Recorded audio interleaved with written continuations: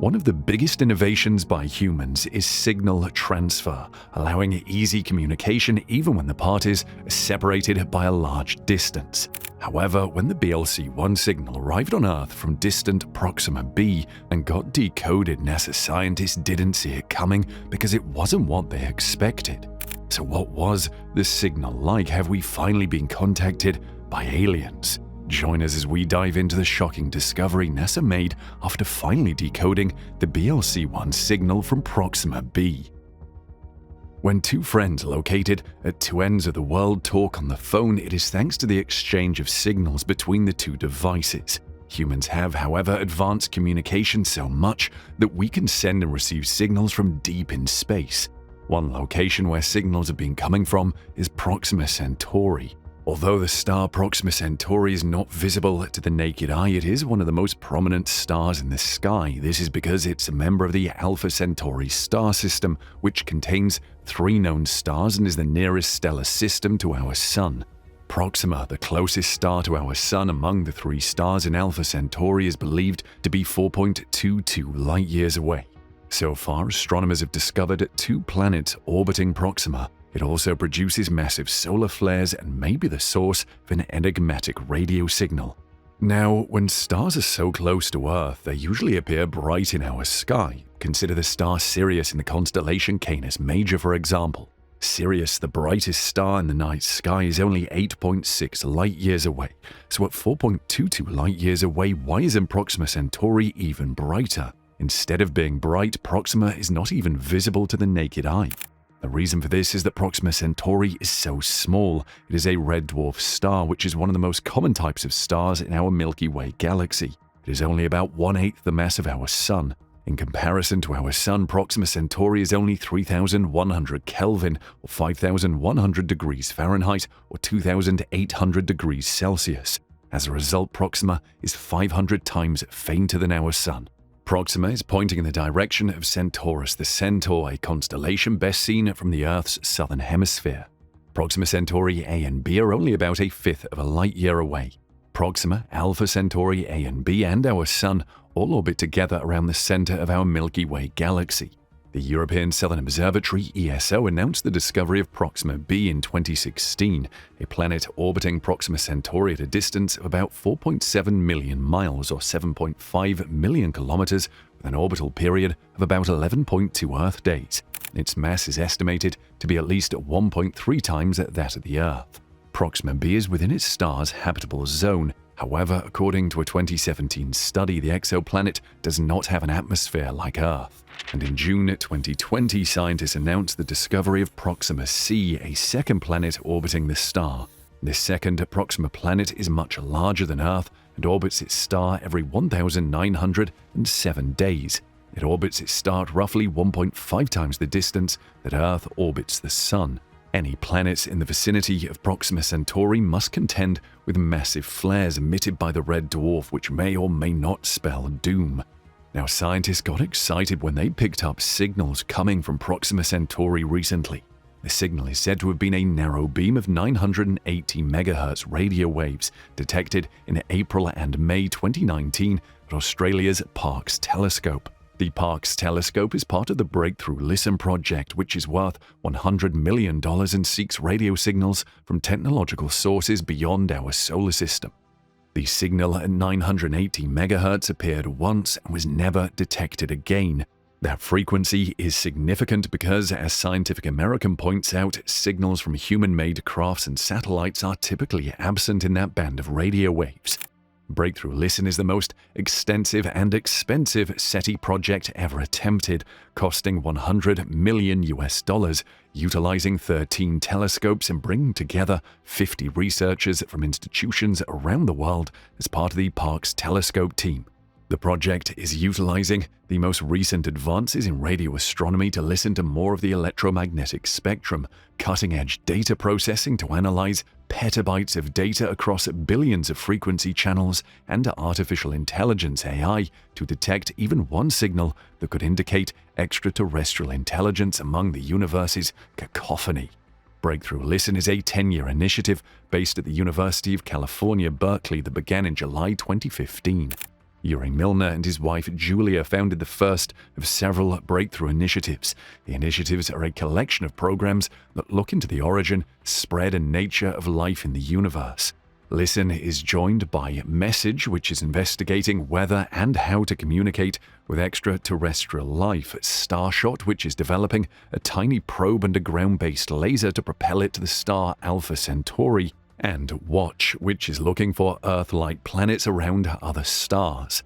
There are also projects in the early stages of development that will look for signals of life on Venus and Saturn's moon Enceladus. Breakthrough Listen constantly detects unusual radio signals. There are a lot of radio waves bouncing around out there from earthly sources, the sun's natural radio output, and natural sources beyond the solar system. This signal, however, appears to have come directly from the Proxima Centauri system, which is only 4.2 light-years away from Earth. Even more intriguing, this signal allegedly shifted slightly while being observed, resembling the shift caused by the movement of a planet. Proxima Centauri has one known rocky world that is 17% the size of Earth and one known gas giant.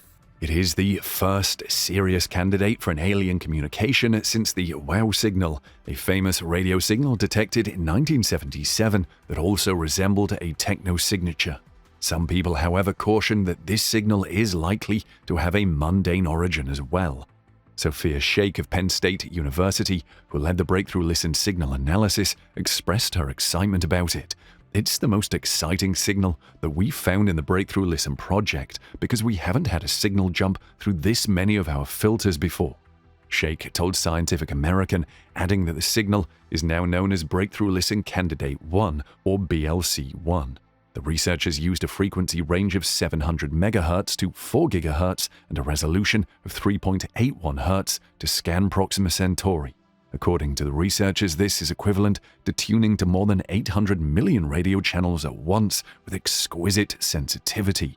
Since 2016, scientists have detected more than 4.1 million hits or frequency ranges with signs of potentially significant radio signals using Australia's Parkes telescope, one of the largest telescopes in the Southern Hemisphere. However, upon further examination, the vast majority of such hits were discovered to be emissions from human technology on Earth. The researchers specifically searched for radio signals that could have originated from Proxima Centauri using two main criteria. First, they examined whether the frequency of the signal changed steadily over time. A distant planet's transmitter is expected to move in relation to whatever telescope on Earth detects it, resulting in a Doppler shift in frequency. Rejecting hits with no hints of motion reduced the number of hits from approximately 4.1 million to approximately 1 million. Second, the researchers determined whether the remaining hits appeared to be coming from Proxima Centauri's direction. To determine this, the telescope was pointed in the direction of the star and then away, with this on-off pattern repeated several times.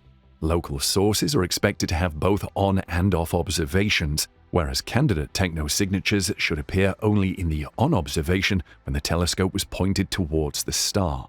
After applying both of these filters, scientists visually inspected the remaining 5,160 candidates to eliminate common errors.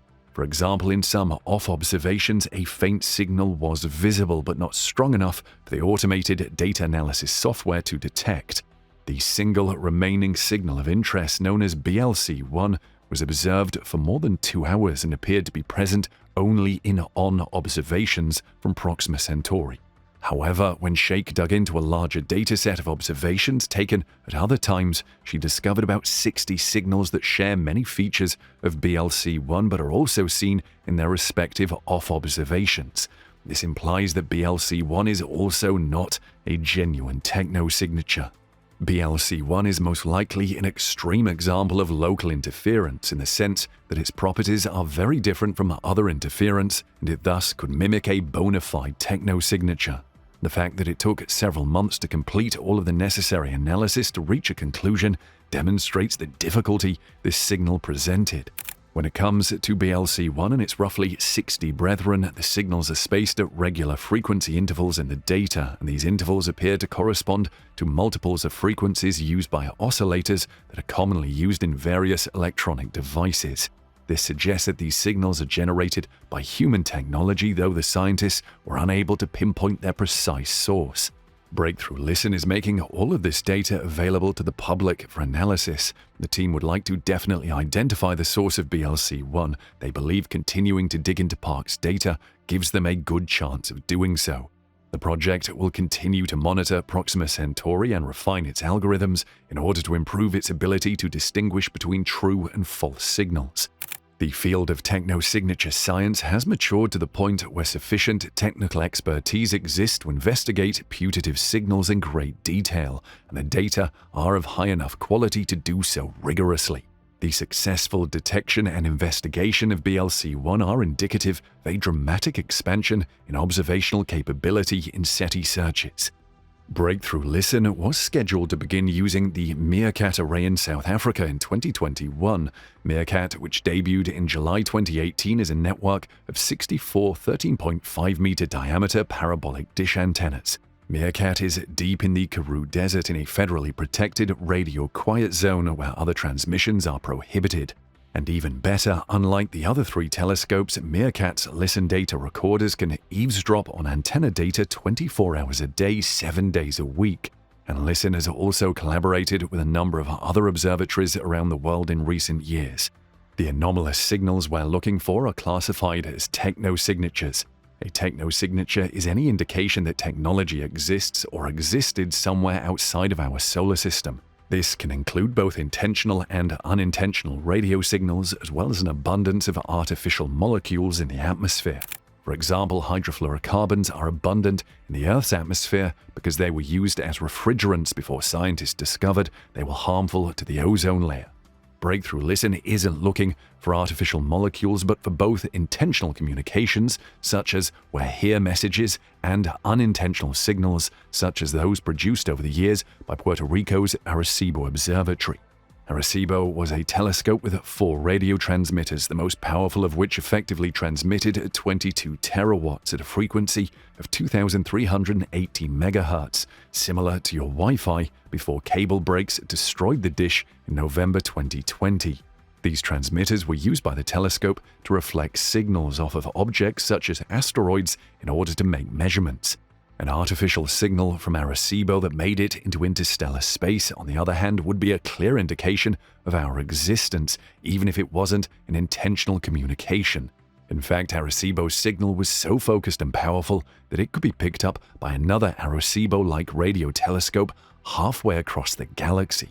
Looking for these technosignatures broadens our search much more than limiting ourselves to detecting only intentional communications. Some, on the other hand, focused their search on a narrow band of frequencies around 1.42 GHz, known as the 21 centimeter line. They chose those frequencies because atomic hydrogen gas, the most abundant gas in the universe, spontaneously emits photons at 1.42 GHz. Scientists hypothesize that an intelligent society would choose this frequency for deliberate transmissions because any astronomer mapping the hydrogen in the galaxy would notice it. The logic was sound, however, without a thorough search across a larger portion of the electromagnetic spectrum, it's impossible to say whether or not there are any signals out there. For example, Project Ozma would have completely missed an Arecibo-like 2,380 MHz signal.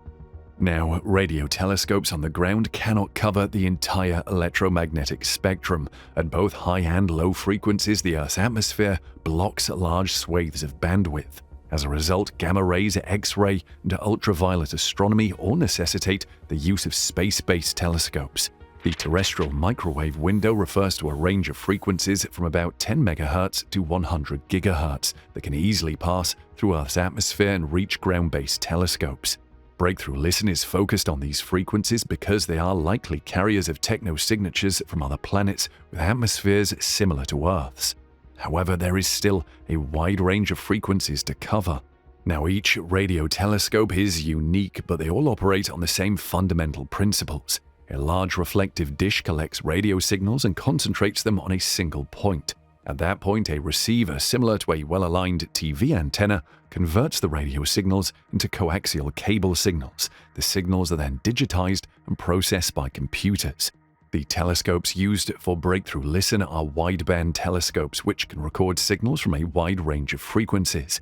Parkes, for example, detects signals across 3.3 GHz of spectrum, whereas Greenbank detects signals across 10 GHz of the spectrum. We can avoid making difficult decisions about which frequencies to focus on by using wideband telescopes. Extending the search band, on the other hand, greatly increases the amount of data collected. Fortunately, once the telescope receivers have digitized the incoming signals, we can turn to computers for data processing rather than astronomers with headphones. Nonetheless, the amount of data we're dealing with necessitated the purchase of significant new hardware, and even so, each observatory only has enough memory to keep LISTEN's raw data for about 24 hours before it runs out of space.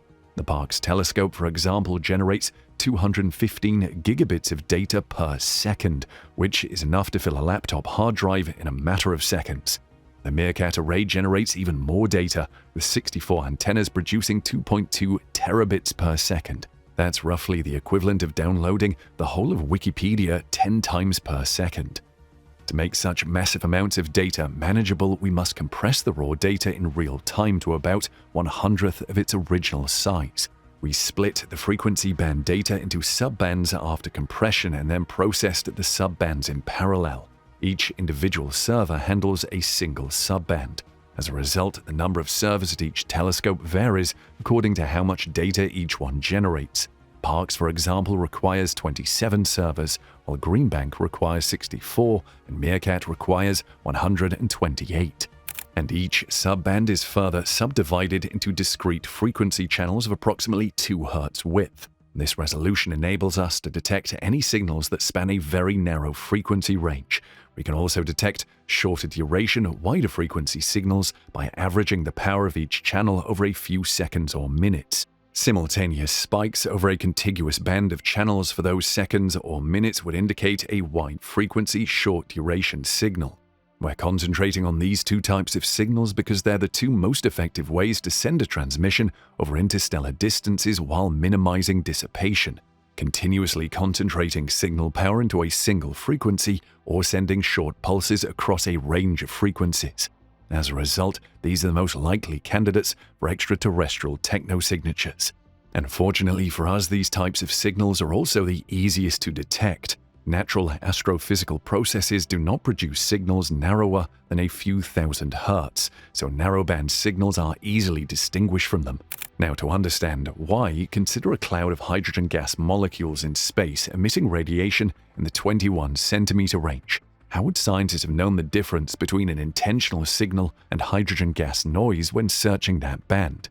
Here's how it's done. Despite the fact that all of the hydrogen gas in a cloud radiates at the same frequency, each molecule is moving in a different random direction.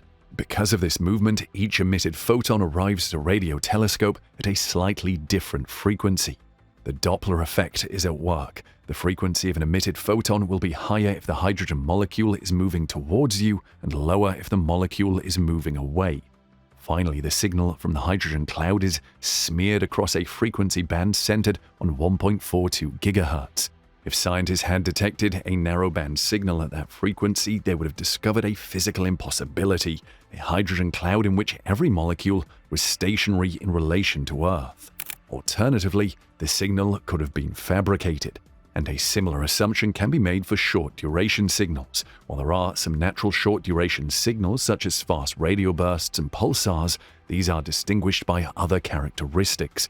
A pulsar signal, for example, has a long tail due to lower frequencies lagging behind higher frequencies over interstellar distances. The fact, however, is that artificial signals almost never turn out to be extraterrestrial. Despite the fact that we detected tens of millions of narrowband signals, we were able to attribute them all to satellites, aircraft, and other terrestrial sources. Our most promising signal to date is the 982 MHz signal collected in 2019 from the nearby star Proxima Centauri. This signal is too narrow to be explained by any known natural phenomenon and does not fall within a commonly used terrestrial band. However, there is still much work to be done before we rule out all possibilities other than an extraterrestrial technosignature of some kind. Another possibility is that an alien society could emit radio signals that are neither narrow band nor short in duration. We have no idea what kinds of communication such a society would use or what kinds of signals it would emit as a result of its technologies. Regardless, it's unlikely that we could find such signals simply by finely chopping and analyzing telescope data. As a result, researchers are also employing AI to look for more complex technosignatures. Scientists are specifically using anomaly detection AI to find signals that don't look like anything else astronomers have discovered. This is not a strange or new thing, though, as many fields use anomaly detection to find rare events. For example, if your bank has ever asked you to confirm a large purchase, such as airline tickets, it is likely that its system deemed the transaction unusual and wanted to ensure that your credit card information had not been stolen. What is happening with Breakthrough Listen is that scientists are using unsupervised learning to train AI to detect unexpected signals. The method entails feeding the AI massive amounts of data, such as radio signals, and asking it to figure out how to categorize the data. In other words, they could feed the AI signals from quasars, pulsars, supernovas, main sequence stars like the Sun, and a variety of other astronomical sources. The biggest condition is that they do not inform the AI about any of these sources. As it sifts through the data, the AI must determine what characteristics make certain signals similar to one another and then group like signals together. Unsupervised learning causes an AI classifying radio signals to create a category for pulsar signals, another for supernova signals, a third for quasar signals, and so on, all without knowing what a pulsar, supernova, or quasar is. Labels are assigned based on astronomical objects such as quasars, pulsars, and so on after the AI has created and populated its groups. What matters most is that the AI creates a new category for signals that do not neatly fit into the categories it has already developed. In other words, it will automatically place an anomalous signal in its own category.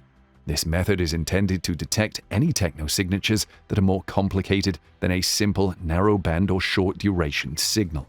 That's why we needed an AI that could detect anything out of the ordinary without any preconceived notions about what an unusual signal should look like. By listening in on thousands of nearby Sun-like stars over the course of the program, the LISTEN program is significantly increasing the number of stars searched through SETI projects. At a lower sensitivity, the team is also surveying millions of more distant stars across the galactic plane. The team is even planning to look for unusually energetic signals that have crossed the intergalactic space in nearby galaxies. That last category is a long shot, but the project's goal is to listen more than ever before. Breakthrough Listen is a massively ambitious program that will conduct the most extensive search for intelligent life beyond Earth ever attempted. Nonetheless, to be realistic, chances are the program won't find a single promising signal.